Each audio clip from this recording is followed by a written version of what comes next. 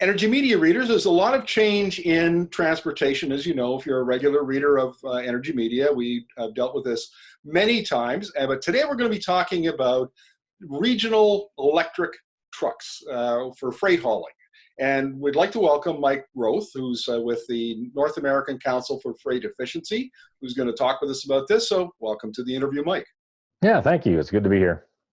Now, Mike, there are some changes taking place in the freight hauling business that will take place regardless of whether it's the old diesel trucks or whether it's electric trucks. Let's start there. Please explain what's going on. Yeah, what we see here is a lot of different factors contributing to the length of haul being reduced and trucks staying in more of a particular area of use. So unlike what we've all learned about trucking is that these trucks can go all over North America, be in Canada one day, Arizona the next, and whatever, because of the nature of freight hauling. We see that becoming more organized, and with that, such that we see more what we call regional haul tractors. These are day cab tractors versus sleepers. So already the truck costs less and requires less it doesn't have that hoteling load.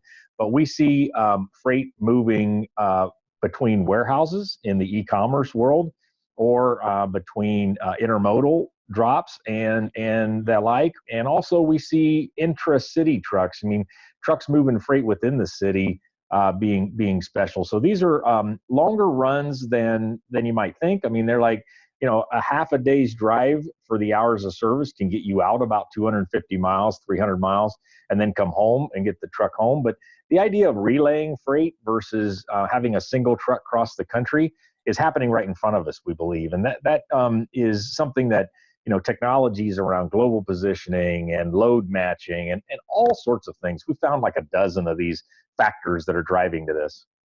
So why are electric trucks particularly suited to this new model that's emerging? Well, one of the troubles that electric truck manufacturers are trying to think about is, how do we put charging in place to satisfy a truck that's all over the country?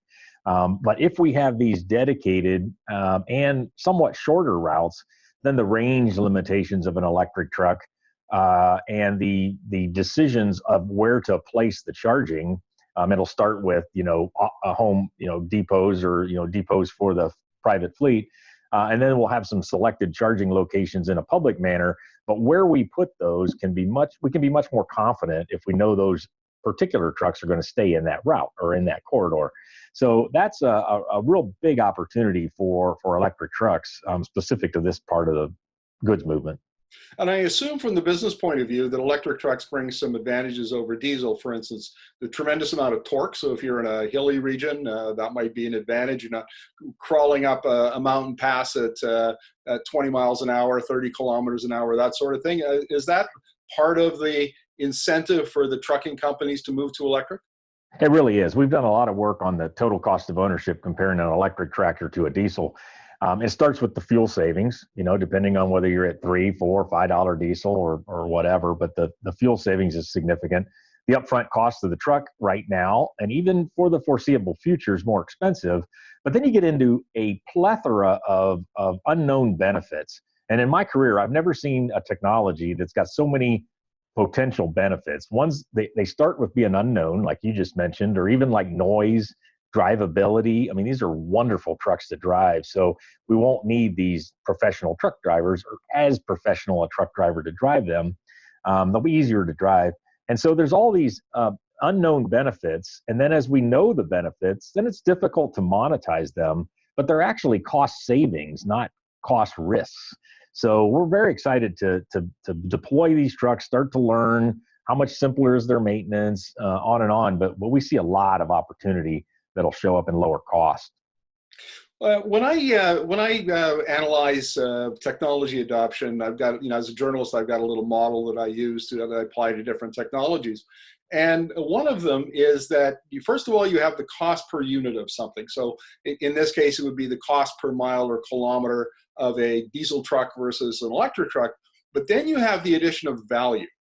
And you touched upon some of those things, like it's an easier truck to drive, so maybe you don't have to have, as many well-trained drivers, and maybe the drivers can, in this modular or sort of regional model, they can go home every night, which is a big advantage. They don't have to be on the road so much.